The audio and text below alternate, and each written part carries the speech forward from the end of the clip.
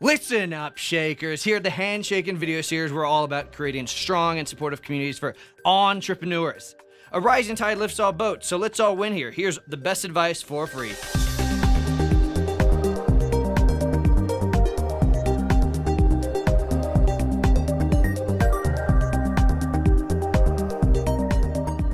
In one of your ventures, when you needed feedback from an expert, or you needed to get a meeting with someone who you know could help your startup, but you don't think they'd email you back, could you share a story about that with us?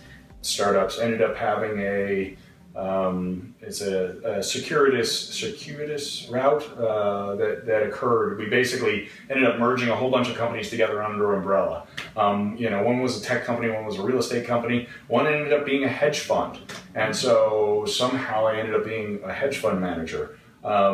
I had no idea what was involved in that. And hedge fund managers aren't notoriously easy to run into people. When you get very complicated in a startup, the structures of the companies and the legal entities and all those little pieces actually start mattering a lot. Yeah. So the way I did it was I went to a conference, and there were a bunch of people that were there that I knew. And one of the things I did was I offered to be a speaker on one of the panels because I know about technology, right? The average hedge fund manager doesn't know about technology. Nice. So and they had a topic that was like technology and funds or something like that. And I said, well, yeah, I'll speak on that, Nice. They were excited to have me, and what that did was that gave me credibility, Mm-hmm. right? Then the people knew, this guy actually has something to offer, and then I could basically go up and talk to anybody, Yeah. right? And so I got to talk to people who were running multi-billion-dollar funds, and gave me all kinds of advice. So it was great.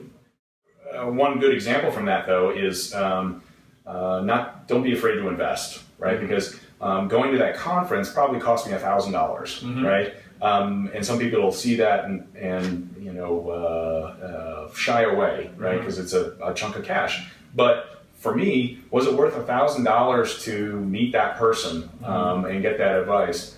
Oh yeah, right? There's the return on investment was huge. And so sometimes you got to really think about what your end goal is and if it's worth putting that money into it. So.